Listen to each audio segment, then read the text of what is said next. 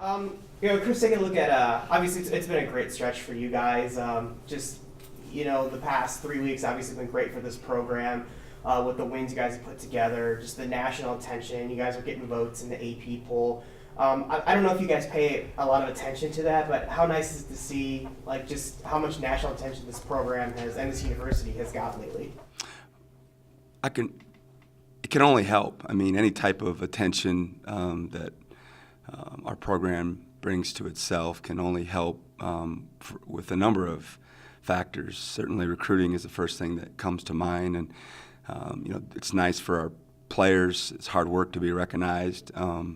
Obviously, I think any type of exposure for our university certainly helps. And with the football success that they've had this year and the recent bowl victory, combined with some big victories for our program, I'm sure the university is thrilled with the type of recognition that the athletic program is receiving, and it only makes them look better, and it certainly would help them hopefully in their recruitment of students to come to our university as well. So I think it helps in a variety of ways, and certainly we're excited about our recent success. Looking at Grand Canyon, obviously this was the league favorite in the preseason. They're a very, very good defensive team. I think they give up like 0.7 points per possession, something like that. One of the better defensive teams out there. What have you seen from them that makes them really good defensively, and some things you guys might need to do? Been very impressed with them thus far in our video breakdown. Like you said, they're very good defensively. To be honest with you, when I got here, everyone has an opinion about everyone's program, and how they described Grand Canyon was the antithesis, in my opinion, of what they really are. I mean, they talked about their offensive flow and their sets and their NBA-type sets with Coach Marley's influence on them, and they were more offensive-minded than they were defensive, and it's quite contrary to that. After watching them on video, they're a very tough-minded, defensive-oriented team. Just really impressed with how they guard the ball. They take a lot of personal pride in their one-on-one defense. It's really hard to get angles against them on the perimeter.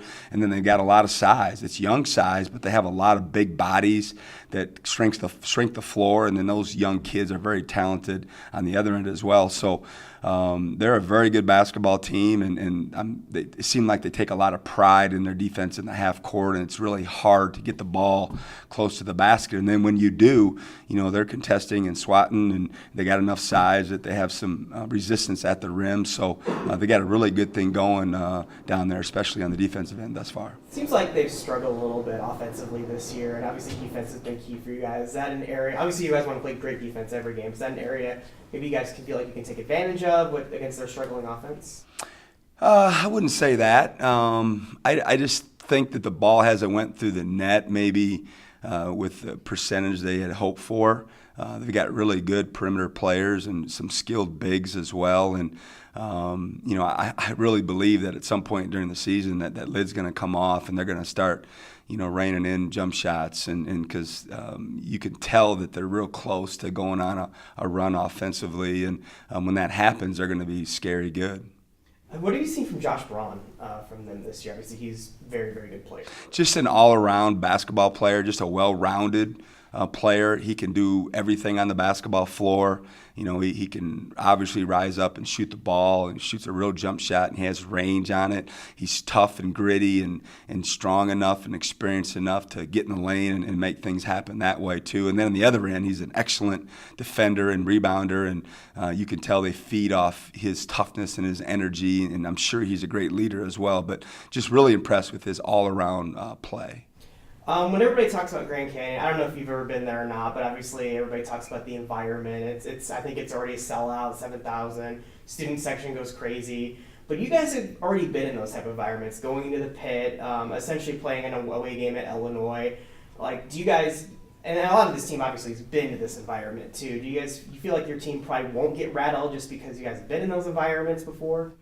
Yeah, I've never been there before. I've watched it obviously on video, and I've heard a lot about it.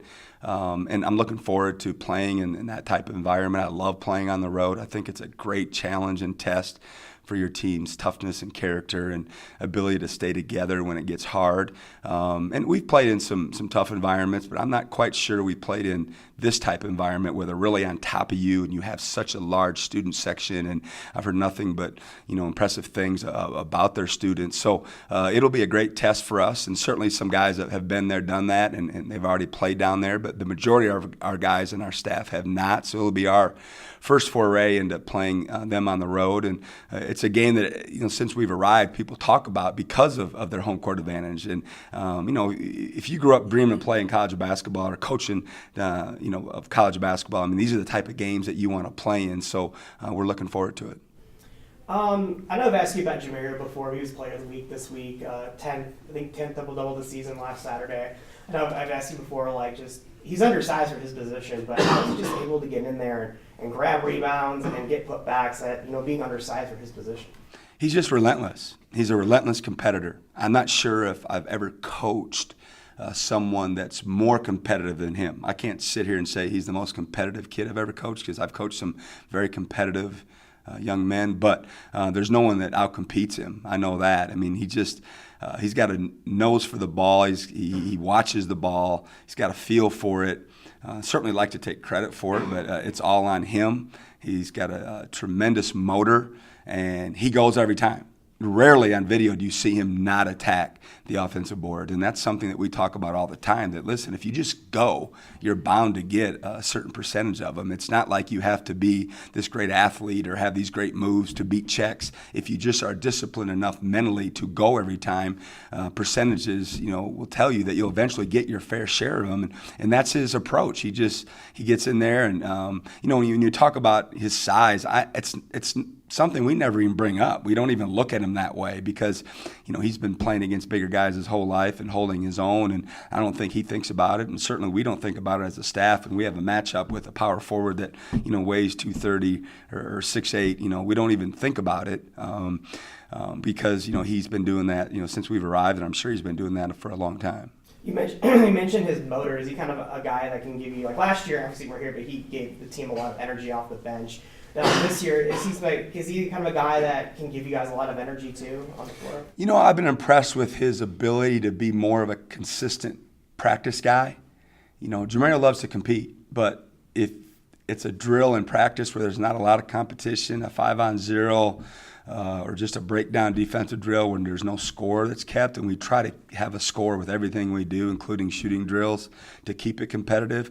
But he wasn't really locked into those type of drills when we first got here, but he's learned that they're important to me and our staff and our program, and so he's bought into that more, and I think it's helped our team because he does have a leadership ability about him, and other people seem to follow his lead, and in a good way, he's not afraid to say what he thinks. I mean, he's probably the one guy in our team that would call out a teammate more than anybody else, and they listen to him. And I love that in the right context. And for the most part, he does a very good job of it. But when he's ready to go and energized and locked in, and that motor's revved, we have some of our best practices of the year. And then there's been, a time or two where he hasn't, and we haven't practiced quite as well. So it's important for us, and he knows this, that he's ready to go every day because our whole team feeds off that.